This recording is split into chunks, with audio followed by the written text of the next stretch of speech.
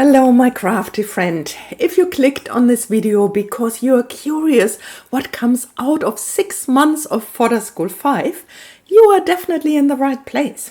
Today I'm going to take you through the mixed media artwork that I created during the first half of this 1-year course.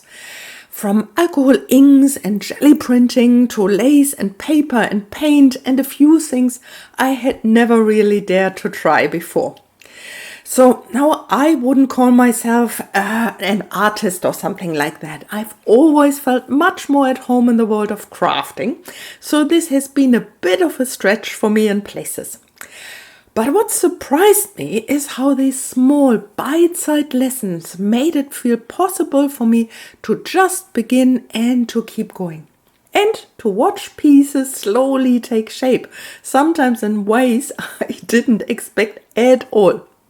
So in this video, you will see the finished projects from those first 6 months, and I will share some reflections along the way about what it was actually like to move through it.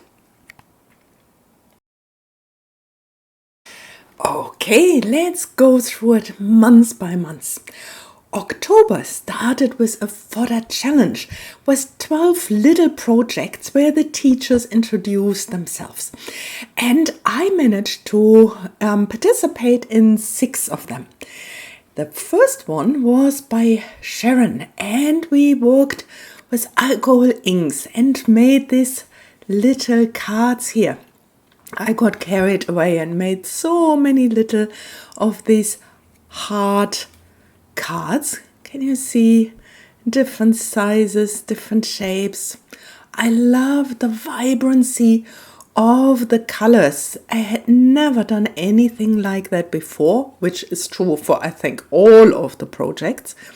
Can you see here? And then I started also having little sayings. The heart, the best thing is yet to come.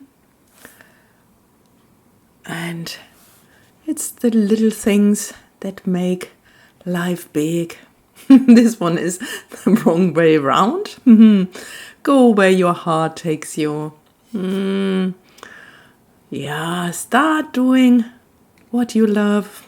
I love that. What is also beautiful with Fodder School 5 is that other teachers sometimes come in and have prompto bonus lessons, and this one was Karen, and she showed us how to make this little booklet here and to use the alcohol ink on different papers. And here you can see their journaling cards, little tuck spot here for more of my leftover hearts. Here in the front is also another journaling card. And this little booklet there folds in, and the heart is used as a closure. So enjoyable to do. Then we did lots and lots of jelly printing, and after we did the jelly printing, Kate showed us how to make this magnetic bookmarks, simple bookmarks, but we made the papers ourselves. We cut it all down, and it's beautiful. So again, I tried to make at least 4 of everything I tried. Can you see here? Even the sound when they click up and down. Look at them, so cute. I skipped a couple of lessons, but then I continued with Wendy's lesson about modern folk art hearts hands. And here can you see? I kept them simple. Some of them I saw beautifully decorated one. Again, I used some of the papers that we made ourselves and then printed a little bit. Can you see? And this is a little bit more elaborate. I wrote handwritten love there. Yes, another great example of the little lessons. And then we had one with Roxanne, and she called it Wabi Sami Origami Boxes. And again, let me bring you a little bit closer so that you can see it a little bit better. Again, I used handmade papers that we learned how to do them in Fodder School here with some lace printing, and it's just cute to collect little bits and pieces inside. So here I used shells and decorated it in a picture frame, and it's just a little something to play around with. The last thing I did for the Fodder challenge were these little clusters here. I still had some leftovers from the alcohol ink play around, and Arlyna showed us how to make these beautiful little clusters and have different ways of attaching clusters towards each other. And so that was my Fodder challenge projects, and you can see it is so different and so versatile, but so much fun to give everything a try. Then in November, Arlyna showed us how to make a Fodder deck, and there were heaps and heaps of small little lessons, and I will go through it step by step. This one she called specimen cards, and they have done with these clear windows, and I used really pressed flowers that I got as a present, and we used playing cards to make these little ones. The next one she called tea times, and you can see here we made these little teacups, and they are actually little pockets, and in the pockets we have dried tea bags, and they fold up, have little tags inside, decorated them, and chill o'clock for tea. In New Zealand we have this tea brand, and they have these cute little toppers on their tea bag. So tea is a hug in a cup, so that is actually part of the tea brand. But here's the dried tea bag, and again like little tag inside on the bag, decorated with more of the leftover from the alcohol ink session. And that's one more of the beauty of Fodder School, because we make so much fodder that you can use the fodder you have done in previous or later sessions to come back and use. This one is tapestry, and it was around stitching on a card, on a journaling card, and how to do this. I used some fodder that I actually show you at a later point to do this particular cards for our Fodder deck. This one is she called Funfetti, and it is like this clear packaging, like when you buy something there's the clear packaging, and so we use that to capture some beads in it and decorated them here through kindness around like confetti. So I thought it was such a nice thing. And here some staples. Everything you can see here has explained so beautifully step by step. She called this one Flower Garden and showed us how to make these quirky little flowers and how to create the contrast with the black and white background and these hugely colorful flowers and how to attach them. These cards are on vellum, and it is one of them is one of the bonus lessons, and is how to use alcohol ink on vellum and how to create the patterns in it. I was sewing around with my sewing machine. This was the original one, using the vellum, using some of the paintings we did before. Here you can see some of the patterns that we created in the vellum. The bottom part is again some of the papers that we created with our jelly plate printing before. Same here. This was a bonus lesson from Sarah Gardner, and she showed us, no, not Sarah Gardner, that's not true. It was a bonus from Carrie Smith, who showed us how to do this. And this was one more, it's an affirmation envelope with little cards inside. Yeah, autumn is a second spring when every flower, leaf is a flower. And Arlyna also showed us how to actually make the fodder deck, because you saw all of them have these little cutouts at the bottom, so that I can hold them all inside easily. And with every project that we have done, I created 2 of the cards, put them in there, and my hope is that I will continue with all the new projects to make a smaller version of that I then can include in my fodder deck, to just have a reminder of the little bits and pieces that I have done. Here, the teacup, and as the last thing, our specimen cards here in the front. And I later show you, I will add some more. Okay, that brings us to December. And you can see all of the projects, they are so different from each other. Cheiron showed us how to do heaps and heaps and heaps of fodder that we then used to create these small colorful canvases. And we created these little sayings, if not now, then when, and have a look at it.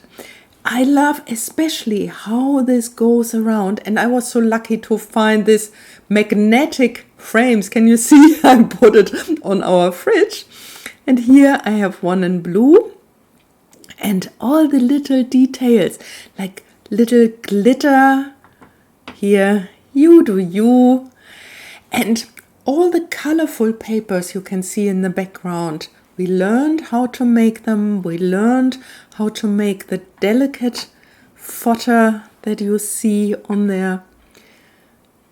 Again, like when you look around here, how it goes around on the sides and on the bottom. I love it because you can see it from all sides. And here I have one in green, full of wonder. And here was the side.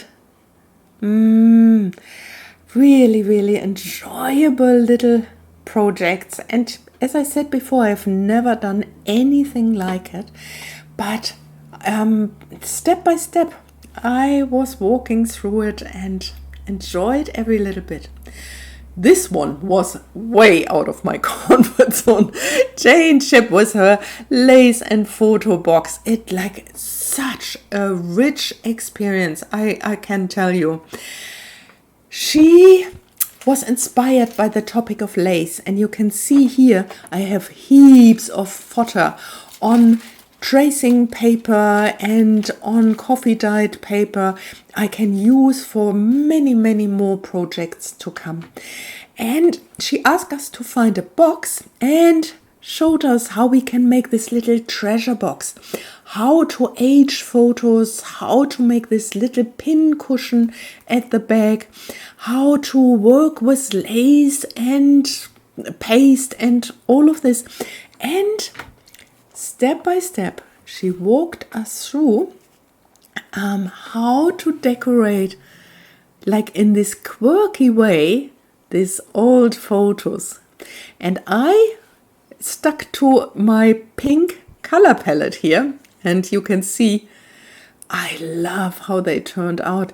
We made little clusters out of that with fabric and lace and all the bits and pieces. And I had so much fun giving him this pink little shoes here and work with some paste here, more of that. And I could literally see in front of my eyes, step by step, these things to evolve, because you can't plan anything like that. It's just being open and curious. Here the stitching on vellum and the stitching on the photo, how to do this, how to combine lace and printing and aging of photos and fabric.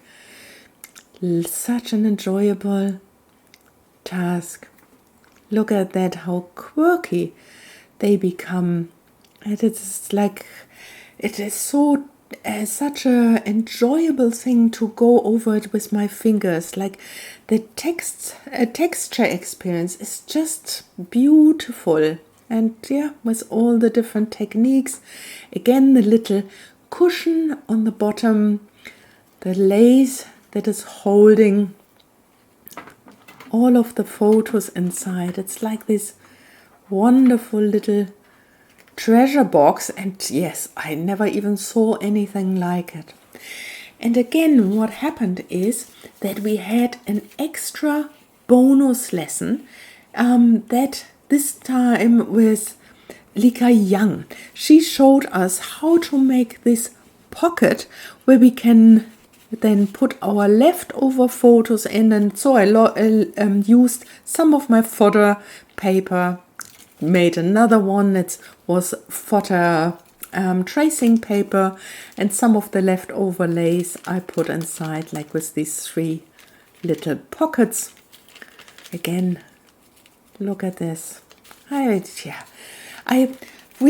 so highly can recommend it. If you ever thought about trying Fodder School, it's such a pleasant way for me to be outside of my comfort zone while staying inside a handheld way of learning. Kate guided us through our postcard swap, and that was another layer, because what Fodder School does is, here again you can see all of the fodder, like fodder for ages. Like we did masks, we did some printing, we created our own stems, like really so beautifully detailed, and then used all of this fodder to create this wonderful postcards, and swapped internationally and locally with other Fodder School artists our little cards here. I had leftovers, and I made this 2 here just for my fodder deck. And let me get my fodder deck, and so I can just add them to it. And because I had so much fun in making them, I just made another round of different little birds. Let me show you how they look like. Yeah, this is the normal postcard size, and we used, of course, all the fodder in the background, and then had the focal points. And Kate walked us through it again. As I said, like it is a step-by-step process. Mostly it's first half of Fodder School is we make fodder, and then the second half of the month we are creating this projects. And so all these lessons drop, and I always can't wait until the next one comes, because it's such an enjoyable process. Every month we also have meetings where we have show and tell on Zoom, and we have a Facebook page where we can see what other artists have done or other participants have done, and it's so inspirational. Here are 2 more for my fodder deck, and here you can see that on the bottom I made this little hinges, a little bit different from the one before. Yeah. And so it's filling up nicely. Let me have a look. Here are the 2 postcards that I received up to now. I'm waiting for more to come. But here, can you see?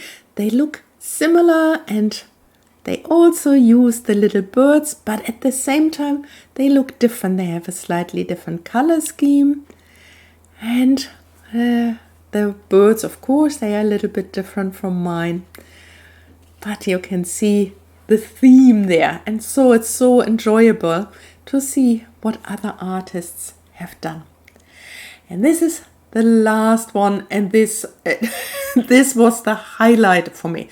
I have never done any painting in my entire life. Nothing at all. And we did or made all of this fodder beforehand. And then we started just freely painting or like having the outline of these faces and then cut them in half. And this is what came out of it for me. And can you, like, they are so quirky and so colorful, and I enjoyed every little bit of it.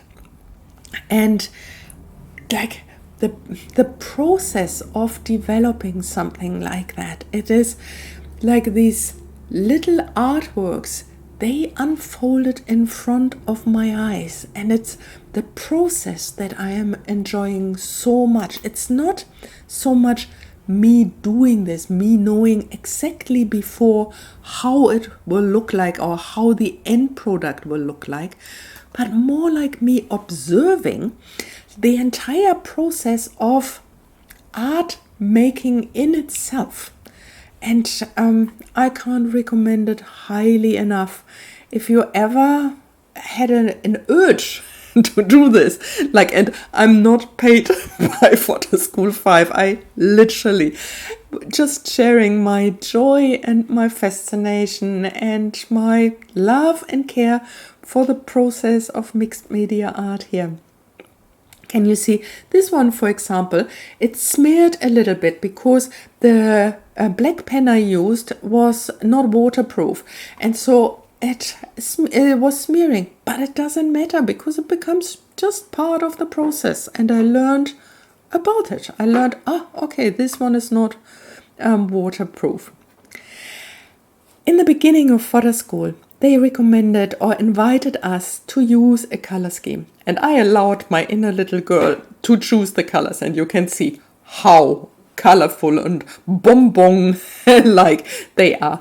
But look at this. I used this color scheme throughout my art projects. And I find with having done this, they so neatly fit into each other. And the fodder I created, I can use throughout the different bits and pieces.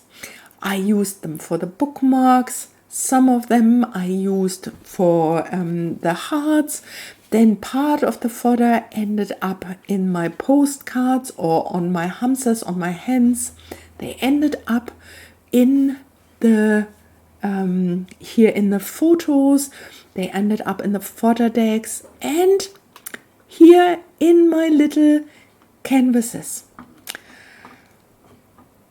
Here, can you see the fullness and the richness of all the bits and pieces that I have done? Go and check out the other creators and yes, like have a look at the different interpretation of what everyone has done. I am so looking forward to the next 6 months of Fodder School, and I am looking forward of sharing what I have done in the video at the end of the year. Bye for now, my crafty friend.